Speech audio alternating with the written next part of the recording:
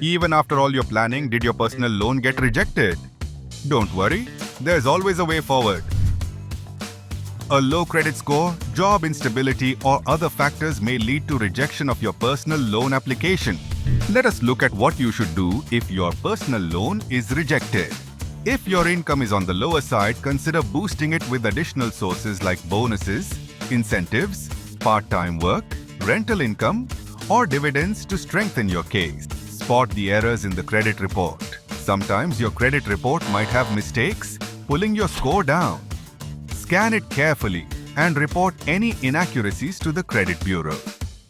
If you have too many EMIs, try to clear some before reapplying. A lower debt-to-income ratio looks better to lenders. Frequent job changes can impact your chances, but staying with one employer for over a year indicates stability. Also consider having a co-applicant. A parent or spouse with a stronger income or credit score can really help. And remember, avoid applying to multiple places at once. Too many applications can lower your credit score. So prepare better and reapply for a personal loan.